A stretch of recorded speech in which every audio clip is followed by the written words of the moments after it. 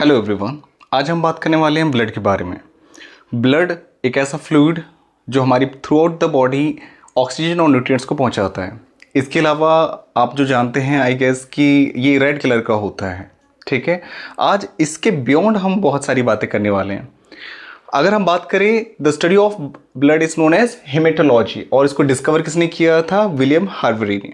ठीक है, इसका कलर रेड तब होता है जब आप हेल्दी हों। इसके अलावा अगर आप अनहेल्दी हों और अगर डिफरेंट डिसऑर्डर से आप गुजर रहे हो तो इसका colour yellow, black, blue, green सब हो सकता है। ठीक है, और वाइट भी। ठीक है, तो अगर आपने सुना हो जो रेड कलर है हमारा, ये किस वजह से होता है? क्योंकि हमारे अंदर हीमोग्लोबिन होता है, उसकी वजह से ही रेड कलर होता है। अगर हम बात करें हमारी बॉडी में वाइट कलर कब हो जाएगा? जब इंसान ल्यूकीमिया या फिर ब्लड कैंसर से गुजर रहा होगा, उस टाइम पे कलर कैसा हो जाता है ब्लड का? वाइट। अगर हम बात करें येलो की, तो जब आपको जॉन्डिस हो रखा है उस टाइम पे ये येलो हो जाता है। ब्लू कब? जब साइनोसिस या फिर ऑक्सीजन की कमी की वजह से ब्लड कैसा अपीयर होने लग जाता है? ब्लू। एक वर्ड है बड़ा कमाल का है, ब्लू बेबी सिंड्रोम, मतलब बच्चा नीला पैदा होता है। ऐसा नहीं है कि नीले कलर का और वो अवतार वाला फीलिंग मत लेना, ये प्रॉब्लम है। मतलब बच्चे को ऑक्सीजन इनफ नहीं मिला, मे बी एनीमिया था, और भी बहुत सारे हो सकते हैं रीज़न, जिसकी वजह से बच्चे के का जो स्किन का कलर है वो कैसा नज़र आता है? Blue. So it is a problem, not कि भाई वरदान है ये। ठीक है, देन ब्लैक मिथेमोग्लोबिनीमिया, ये कंडीशन है। इसमें मिथेमोग्लोबिन जो है इसका अमाउंट बढ़ जाता है, जिस वजह से कलर जो है ब्लड का चॉकलेट या फिर ब्लैक हो जाता है। मतलब स्किन ऑक्सीजन की डेप्रीवेशन की वजह से जो सेल्स हैं वो बिल्कुल डार्क नजर आने लग जाते हैं, इसलिए ब्लैक। फिर आता है ग्रीन, सीडोमोनास एरियोगिनोसा, ये बैक्टीरिया है हमारी बॉडी में आ जाता है। जब ब्लड के अंदर इसका अमाउंट बढ़ जाता है तब कलर कैसा हो जाएगा? ग्रीन। ठीक है, तो यानी कि रेड के अलावा भी हमारी बॉडी में अगर आप हेल्दी हैं तो रेड, अगर अनहेल्दी हैं तो फिर white, yellow, blue, black, green, ये सब हो सकता है। तो इंसान जितने भी वर्ल्ड में, इनमें ये पॉसिबिलिटीज आपको समझनी चाहिए। देन दो टाइप के ब्लड होते हैं, दो टाइप के एनिमल्स हैं, cold blooded animals and hot blooded animals. Cold का मतलब ठंडे खून वाले और हॉट का मतलब गर्म खून वाले। कोल्ड ब्लडेड एनिमल्स के लिए बायो में एक वर्ड है जिसको हम बोलते हैं पोइकिलोथर्मस, और हॉट ब्लडेड एनिमल्स के लिए एक टर्म है उसको हम बोलते हैं होमियोथर्मस। क्या डिफरेंस है? कोल्ड ब्लडेड एनिमल्स जो हैं, जैसे कि अगर आप बात करो क्रोकोडाइल हो गए, ज़्यादातर रेप्टाइल्स यानी कि क्रोकोडाइल हो गए, आपके स्नेक्स और घर में पाई जाने वाली छिपकली, ये आप पाओगे इनका ब्लड कैसा होता है? ठंडा। मतलब ये अपनी बॉडी का टेम्परेचर रेगुलेट नहीं कर सकते, सेम नहीं रख सकते। मतलब अगर टेम्परेचर एनवायरनमेंट में ज़्यादा होगा गर्म हो जाएगा, इनका ब्लड भी कैसा हो जाएगा? गर्म हो जाएगा। अगर ठंडा हो गया एनवायरनमेंट तो इनका बॉडी का जो ब्लड का टेम्परेचर है वो कैसा हो जाएगा? ठंडा। तो इसी वजह से आप पाओगे कि ठंड के टाइम पे ये छिपकलियाँ आपको नज़र नहीं आती, है ना। और जो रेप्टाइल्स जितने भी है, ये स्नेक्स वगैरह, इनफैक्ट मच्छर भी, ये सब क्या हो जाता है? छुप जाते हैं। मच्छर नहीं आता वैसे इसमें, पर छुप जाता है इन सब में। नाउ अगर हम बात करें हॉट ब्लडेड एनिमल्स की, जिनमें ह्यूमंस आते हैं, इंसान आते हैं, तो हमारे साथ क्या है? हम अपनी बॉडी का टेम्परेचर मेंटेन करते हैं इररिस्पेक्टिव ऑफ टेम्परेचर कैसा भी हो। अगर आप मेंटेन नहीं कर पाए तो क्या हो जाएगी? डेथ। अगर मेंटेन करते हैं तो आप जिंदा हैं। वैसे बॉडी का टेम्परेचर कितना होता है? जहाँ तक है, बड़ी हैरानी होती है ये बात सुन के। लोग जैसे ही 100 डिग्री बुखार होता है तो कांपते हैं और सोचते हैं हमें 100 डिग्री हो गया, ऐसा जैसे 0 से स्टार्ट हुआ हो। भाई आपको पता होना चाहिए ऑलरेडी आपकी बॉडी का टेम्परेचर 98.7 डिग्री, और वो भी क्या? फ़ारेनहाइट है ना। 98.7 डिग्री फ़ारेनहाइट ऑलरेडी है, मतलब 99 के करीबन तो है ही। 1 डिग्री बढ़ा है उसमें हाय तौबा मचाते हो। फिर 102 103 होने पे तो समझते हैं पता ही नहीं क्या होगा। वैसे पता होना चाहिए ये बैक्टीरिया और उनकी वजह से नहीं होता कि आपकी बॉडी का टेम्परेचर हाई हो जाता है, आपको फीवर आता है। फीवर आपकी बॉडी खुद कॉज करती है।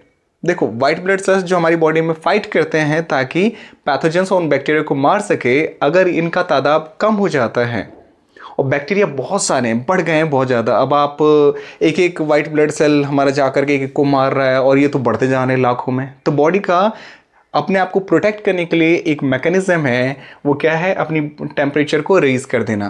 तो जैसे ही रेज करेगा तो क्या होगा? सारे बैक्टीरिया एक साथ मारे जाते हैं। ये अपने आप को बचाने का एक तरीका होता है। नाउ और क्या है? 37 डिग्री सेल्सियस, ये है टेम्परेचर हमारी बॉडी का, कोर टेम्परेचर, राइट। फिर कोल्ड ब्लडेड एनिमल्स में ये है हमारा कि अपनी बॉडी का टेम्परेचर हम मेंटेन कर लेते हैं। ठंड से याद आया, हमारे जो हाथ और पैर हैं वो जल्दी गर्म नहीं होते। अब ठंड आएगी तो देखना हाथ और पैर जल्दी गर्म नहीं होते। क्या रीज़न है इसकी वजह अगर जानो, और हाथ पैर में भी अगर हम पाए तो पैर जल्दी गर्म नहीं होते, घंटों लग जाते हैं, पैर ठंडे के ठंडे हैं। क्यों ऐसा होता है? ये हमारी बॉडी का एनर्जी को बचाने का एक मैकेनिज्म है, अपनी एनर्जी बचाता है ये। क्योंकि आप पाओगे ठंड में भूख बहुत लगती है, हमारी बॉडी अपना टेम्परेचर मेंटेन करने में बहुत सारी एनर्जी फूंक देता है, बहुत सारी एनर्जी वेस्ट करता है ये। तो होता क्या है, देखो जो पैर है वो ऑलरेडी ठंडा है क्योंकि ये ज़मीन में या आसपास, क्योंकि बॉडी के कोर से काफ़ी दूर होता है वैसे भी, तो ये ठंडा होता है। तो क्या है, ये कोल्ड है ऑलरेडी, राइट। तो यहाँ से क्या आया, यहाँ से आया आपका हॉट ब्लड। ये जो ऊपर से आ रहा है ये क्या आ रहा है, हॉट ब्लड आ रहा है, राइट। और ये हॉट ब्लड जब नीचे आएगा तो ये ठंडा हो जाएगा और ये ठंडा खून वापस कोर में जाएगा तो हमारे कोर को ठंडा कर सकता है, और इस वजह से हमें प्रॉब्लम होगी, हमारी बॉडी को बहुत ज़्यादा प्रॉब्लम हो सकती है। तो करता क्या है बॉडी, ये जो हॉट ब्लड है इसकी गर्माहट ये इधर ऊपर आने वाले इस कोल्ड ब्लड को दे देता है। जब ये ऐसा करता है तो जो ये कोल्ड ब्लड है ये ऊपर जाते जाते जैसे जैसे ऊपर जाएगा वैसे वैसे इसकी गर्माहट मिलती रहेगी, तो ये भी कैसा हो जाता है, ये भी कैसा हो जाता है, हॉट। सिंपल। जब ये नीचे आ रहा था तो हॉट ब्लड ठंडा हो रहा था और ठंडा ऊपर जा रहा था, पर अब क्या किया इसने, अपना जो गर्माहट था वो साइड वाले इस नर्व, इस क्या बोलते हैं, ब्लड वेसल को दे दिया, एंड एज अ रिजल्ट ये गर्म होकर के ऊपर जा रहा है। समझ में आता है? इसीलिए पैर हमारे जल्दी ठंडे में गर्म नहीं होते। आप बहुत टाइम लग जाता है, पैरों को ढकते हो तब भी गर्म नहीं हो रहा होता। ठीक है, आई होप कि ये समझ में आता हो कोल्ड फीट का क्या रीज़न है। नाउ तो ब्लड आखिरकार हमारा बनता कहाँ पर है? ठीक है, ब्लड हमारा कहाँ पे बनता है? चाहे आप बॉडी का कोई भी सेल बात करो, red blood cell, white blood cell, platelets, ये सब बनता कहाँ पे है? आपके बोन मैरो में। आप कहोगे बोन मैरो कहाँ पर होता है? ये जो आपके बोन्स होते हैं ना, लॉन्ग बोन्स जो हैं, चाहे ये हाथ के हों, पैरों के, जो लंबे लंबे बोन्स हैं उनके अंदर ये बीच का सेंटर पोर्शन जो होता है इसके अंदर ये पाया जाता है बोन मैरो, जो हमारे ब्लड को बनाता है मेनली। ठीक है, एक वर्ड है जो कि मैं यहाँ लिखना भूल गया हूँ, बोन ट्रांसप्लांट। हमारी बॉडी में जो ब्लड का ग्रुप होता है, जैसे आपको पता है B positive, A positive, A B positive या ओ पॉजिटिव आप कहते हो। अब नेक्स्ट टॉपिक वही है इसके बाद। तो अगर हमने बोन मैरो ट्रांसप्लांट कर दिया, सपोज किसी का ब्लड ग्रुप बी पॉजिटिव है, ठीक है, और हमने उसका ब्लड बोन ट्रांसप्लांट कर दिया और उसमें वो जो बोन है, बोन मैरो है, वो अलग तरीके का ब्लड ग्रुप बना रहा है। ठीक है, तो उसका ब्लड ग्रुप चेंज हो जाएगा अगर हमने बोन मैरो ट्रांसप्लांट कर दिया तो। समझ में आ रहा है? किसी से बोन मैरो लिया जिसका ब्लड ग्रुप ए है, तो इस बी वाले का अब ट्रांसफ़र होने के बाद इसका ब्लड ग्रुप वो हो जाएगा डोनर वाला या सेम रहेगा? ये आंसर पता हो तो कमेंट बॉक्स में लिखना। एक दूसरा सवाल यहीं पर है, बर्ड्स में अगर आप पाओगे जो बोन्स होती हैं इनकी, वो कैसे होती है? हॉलो होती है। न्यूमेटिक बोन्स हम इनको बोलते हैं। हॉलो होने की वजह क्या है? ताकि ये आसानी से उड़ सके, वजन ज़्यादा लेके नहीं उड़ सकते। ठीक है, तो न्यूमेटिक बोन्स होती हैं, तो इनमें ब्लड कैसे बनता है? ये एक सवाल है। ठीक है, अगर आंसर मिले तो कमेंट बॉक्स में इसका भी आंसर लिखना। Now blood colour in other animals, humans और इनसे की बात हो गई। फिर हम बात करें अदर एनिमल्स, यानी कि अगर पूरे वर्ल्ड में देखो तो सिर्फ ऐसा नहीं कि रेड ब्लड ही है, बहुत सारे जानवर ऐसे हैं जिनमें रेड कलर ब्लू भी है, पर्पल भी है, ग्रीन भी है। ठीक है, तो अगर ह्यूमंस की बात करें तो हमारे अंदर हीमोग्लोबिन है। हीमो में हीम वर्ड जो है ये आयरन के लिए आता है, और ग्लोबिन जिसकी वजह से हमारा ब्लड कैसा होता है? रेड होता है जब ऑक्सीजन से ही रिएक्ट करता है। हीमोसाइनिन की बात करो तो ये कॉपर कंटेनिंग है, जो कि आपका ये कैसा कलर देता है? ब्लू। और ये किस में? ऑक्टोपस में मिलता है ब्लू कलर का, यानी कि उसकी बॉडी को, उसके आर्म्स को कट करोगे तो कैसा नजर आएगा? ब्लू। फिर हिमराइथ्रीन है, ये पर्पल पीनट वॉर्म में पाया जाता है। बाइलिवर्डिन ग्रीन कलर देता है, सम लेजर्ड्स में पाया जाता है। ठीक है, यानी कि बताना इतना चाह रहा हूँ कि ऐसा नहीं है कि बाकी जानवरों में ऐसा ही रेड कलर ही पाया जाता है, बाकी कलर भी हैं। अब लास्ट एक कॉकरोच, मेरा बड़ा फेवरेट एनिमल है ये कॉकरोच। आपकी एनसीईआरटी में 11th में भी दिया हुआ है इसका डायसेक्शन, और इसका डायसेक्शन एक दिन मैं करके दिखाऊंगा कि इसके कॉकरोच का हेड काटने के बावजूद इसकी जो मसल्स होती हैं, यानी कि पूरी बॉडी जो है वो मूव कर रही होगी, वो कमाल का है। ठीक है, नाउ कॉकरोच मेरा बड़ा ही फेवरेट जानवर है ये रहा, इसकी 2 सींग हैं ऐसी जो कि ये यूज़ करता है, टेंटिकल्स। ओके, इसको एक और वर्ड हम इस्तेमाल करते हैं, इसको हम बोलते हैं नॉक्चुर्नल। नॉक्चुर्नल क्यों बोलते हैं, अगर पता हो तो बताना। नॉक्चुर्नल क्योंकि बेसिकली अगर मैं ही बता देता हूँ, ये रात में निकलते हैं। नाउ ये मेरा फेवरेट जानवर है कॉकरोच। अब कॉकरोच के साथ आप मैजिक करते हैं। जब आपके घर में आसपास घूम रहा होता है उस टाइम पे आप चप्पल उठाते हैं और इसके ऊपर मारते हैं, और जब आप उठाते हैं तो कॉकरोच गायब होता है, आपको दिखता ही नहीं है वहाँ पर। क्यों? क्योंकि वो चप्पल में चिपका हुआ रहता है और पैरों को ऐसे ऐसे कर रहा होता है। ठीक है, आप पाओगे कि जहाँ पे आपने मारा वहाँ पर वाइट कलर का लिक्विड निकला रहता है। ठीक है, कलरलेस फ्लूइड होता है, वो एक्चुअली में इसका ब्लड होता है जिसकी बॉडी से निकला हुआ है। ठीक है, तो कलरलेस क्यों है? कलरलेस होने के पीछे रीज़न क्या है कि उसकी बॉडी में इस तरीके की कोई पिगमेंट नहीं है, क्योंकि उसे ज़रूरत ही नहीं है। उसकी बॉडी में ये जो इसका साइड वाला हिस्सा है, इसके अंदर ये होल्स क्रिएट रहते हैं जिनको आप क्या बोलते हो, स्पाइरिकल। नाउ दीज स्पाइरिकल्स से ऑक्सीजन डायरेक्टली यहाँ पे सारे ऑर्गन्स को मिल जाता है और कार्बन डाइऑक्साइड यहीं से एग्जिट हो जाता है। मतलब अगर किसी कॉकरोच को मारना हो तो आप उसकी गर्दन से पकड़ो, उसके सर को पकड़ो और पानी में उसकी पूरी बॉडी को डुबो दो, तो वो ऐसे ही मर जाएगा, है ना, क्योंकि उसको सांस की वैसे ही कमी हो जाएगी। ठीक है, आई होप इतना समझ में आता हो। आई नो कि ये आपके टॉपिक में कुछ चीज़ें होंगी, ज़्यादातर नहीं होंगी, पर अब इसके बाद हम मेन टॉपिक स्टार्ट करेंगे, ब्लड के अंदर क्या क्या कंटेंट रहता है और वो सारी बातें। ठीक है, नेक्स्ट इसके बाद अब हम वही बात करेंगे। So next we are going to talk about blood has mainly 2 components. One is plasma, another one is formed elements. Plasma if we talk about कि अगर हम बात करें एक 100 ml का, अगर हमने ऐसा ले लिया एक ट्यूब, ठीक है, 100 ml या 100% मान लो, इसमें 55% प्लाज्मा होगा और 45% क्या होगा, फॉर्म्ड एलिमेंट्स। होता क्या है प्लाज्मा जो है, अगर आप बात करो तो इसमें 2 चीज़ें हैं, वाटर एंड प्रोटीन्स। वाटर कितना है, 90 to 92% इसमें पानी है, इसलिए हमारी बॉडी में पानी बहुत ज़्यादा है, इसलिए पानी भी इतना पीना पड़ता है। और प्रोटीन्स कितना है, 6 to 8% कितना है, क्या है इसमें, प्रोटीन्स है। प्रोटीन्स कौन से, albumin, globulin and fibrinogen, 3 type के। एल्ब्यूमिन जो है मेनली हमारी बॉडी में ऑस्मोटिक बैलेंस यानी कि वाटर का बैलेंस जो है उसको मेंटेन करता है।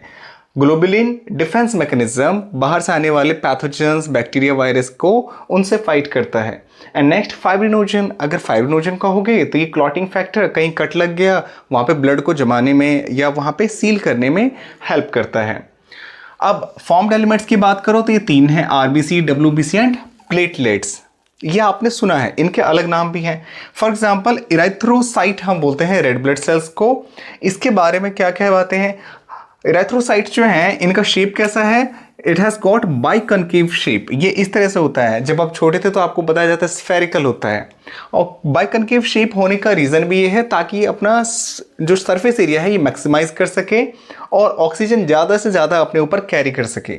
इसके अंदर एक हीमोग्लोबिन नाम की चीज़ है, हीम एंड ग्लोबिन, जो कि हम बात कर चुके हैं, आयरन रहता है, ग्लोबुलर रहता है इसलिए। ठीक है, नाउ लाइफ स्पैन कितना है, 120 डेज। एक हेल्दी इंडिविजुअल में 12 से 16 ग्राम या 12 to 16 ग्राम्स पर 100 ml ये होना चाहिए। अगर इससे कम हुआ तो प्रॉब्लम है, इससे ज़्यादा हुआ तो भी दिक्कत है। ठीक है, ये थोड़ा ध्यान रखें।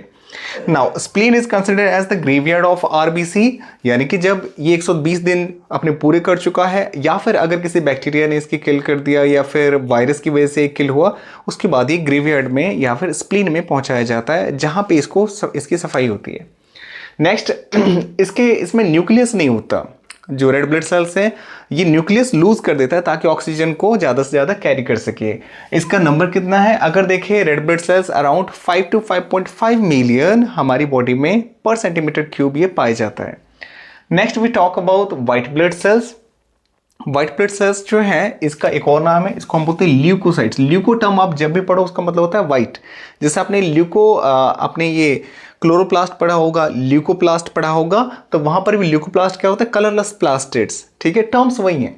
नाउ ये कैसा है, कलरलेस है क्योंकि इसके अंदर हीमोग्लोबिन नहीं होता और ये इरेगुलर शेप का है, कोई फिक्स शेप नहीं है। जहां अगर ब्लड वेसल्स के बीच में अगर स्पेस मिला 2 सेल्स के बीच में, वहां से भी ये पास कर सकता है। इसके पास न्यूक्लियस होता है, ये 6000 से 8000 पर सेंटीमीटर क्यूब पाया जाता है और ये डिफेंस में हेल्प करता है, बाहर से आने वाले बैक्टीरिया वायरस को फाइट करने में हेल्प करता है। इसको दो कैटेगरी में डिवाइड किया गया है, ग्रैन्युलोसाइट एंड अग्रैन्युलोसाइट।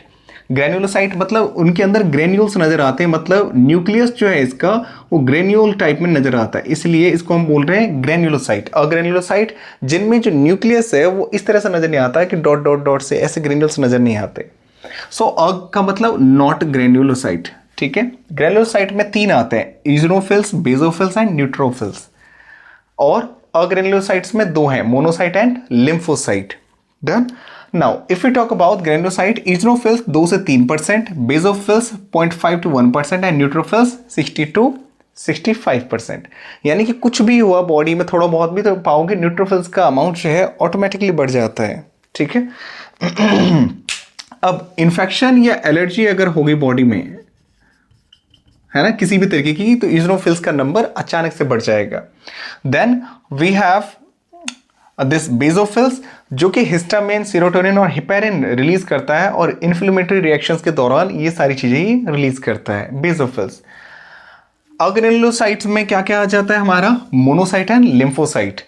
इसमें लिम्फोसाइट 20 to 25% बनाता है और लिम्फोसाइट हमारा दो तरीके का है, B lymphocyte and T lymphocyte. ये नाम क्यों है बी और T? B stands for bone marrow, ये किस लिए आता है, बोन मैरो के लिए, और टी स्टैंड्स फॉर थाइमस।